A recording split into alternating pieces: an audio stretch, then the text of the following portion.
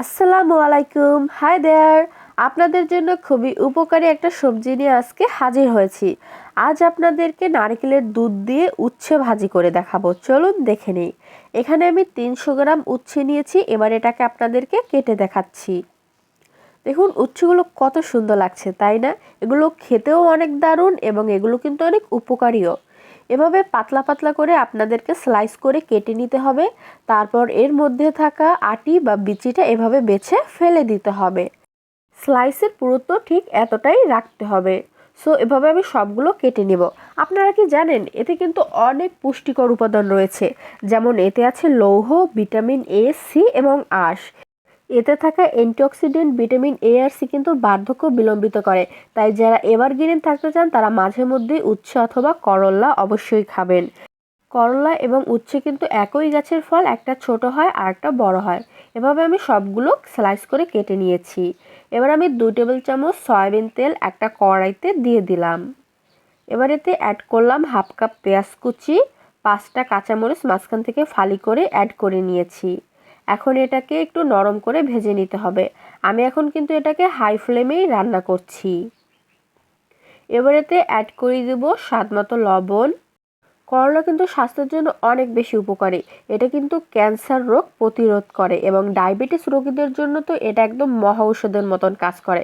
তাই অবশ্যই আপনারা মাঝে মধ্যে এটা খাওয়ার ট্রাই করবেন আর আপনাদের বাচ্চাদেরও খাওয়াবেন। পেঁয়াজটা হালকা নরম হয়ে গেছে। এবার এর মধ্যে আমি হাফ চামচ হলুদের গুঁড়া অ্যাড করে নিলাম আর দিয়ে দিচ্ছি 7টা চিংড়ি মাছ। আমি মাঝারি সাইজের কিছু চিংড়ি মাছ এতে অ্যাড করে নিলাম।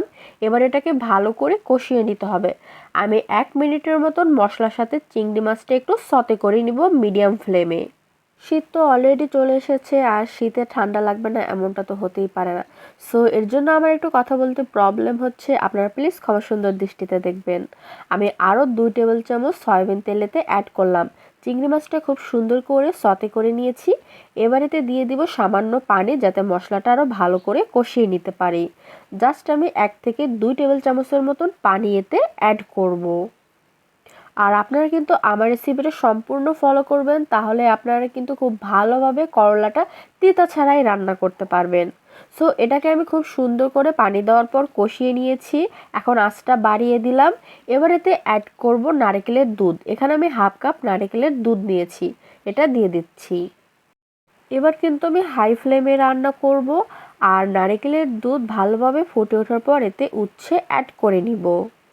সো ততক্ষণে আপনারা চাইলে আমাদের চ্যানেলটা সাবস্ক্রাইব করে দিতে পারেন। পাশে থাকা বেল আইকনটা অবশ্যই হিট করবেন, যাতে আপলোড করা ভিডিও নোটিফিকেশন সবার আগে আপনাদের কাছে পৌঁছে যায়। ভিউয়ার্স, ভালো করে এটা ফুটে উঠেছে। এখন আমি উচ্ছেটা ভালোভাবে পানি ঝরিয়ে এতে অ্যাড করে নিচ্ছি। দেখুন আমি সুন্দর করে এটাকে ক্লিন করে ধুয়ে নিয়েছি। এবার এটাকে দিয়ে দিলাম। এবার হালকা একটু আস্তে নাড়া দিয়ে এটাকে উল্টে পাল্টে মশলার সাথে মিশিয়ে দিয়ে ঢাকনা দিয়ে এটাকে আমি 2 মিনিট রান্না করে নিব। ভিউয়ার্স, উচ্ছে কিন্তু বেশি নাড়া যায় না, বেশি নাড়লে কিন্তু এটা তিতো লাগে। যতটা সম্ভব কম নাড়তে হবে। ঢাকনা দিয়ে দিলাম। 2 মিনিট পর ফিরে এসেছি। এখন আমি আলতো হাতে উচ্ছেটাকে একটু উল্টে দিচ্ছি। আগেই বলেছি অনেক বেশি নেড়েচেড়ে এটাকে একদম ঘুটে ফেলা যাবে না। জাস্ট অল্প আলতো হাতে এটাকে নেড়ে দিতে হবে। তারপর আবারও ঢাকনা দিয়ে এখন আমি মিডিয়াম আঁচে এটাকে রান্না করব। বেশি ঘোটাঘুটি করলে কিন্তু উচ্ছেটা অনেক বেশি তিতো লাগবে। তাই এই টিপসটা অবশ্যই ফলো করবেন আপনারা। আমি 3 থেকে 4 মিনিট পর আবারও ফিরে আসলাম। আমার উচ্ছে ভাজি প্রায় হয়ে গেছে। জাস্ট শেষবারের মতন আমি আবারও একটু এটাকে উল্টে পাল্টে দিলাম। এখন আমি জাস্ট আর 30 সেকেন্ডের মতনই এটাকে একটু ভেজে নিব।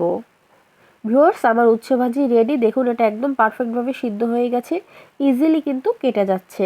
এখন আমি চুলাটা অফ করে দেব। সো ভিউয়ার্স, আজকের এই নারকেল দুধের চিংড়ি মাছ দিয়ে উচ্ছে ভাজি আপনাদের কেমন লেগেছে সেটা কিন্তু কমেন্ট করে অবশ্যই জানাবেন। অবশ্যই একটা লাইক দিবেন, ফ্যামিলি ফ্রেন্ড সবার সাথে শেয়ার করুন। আল্লাহ হাফেজ।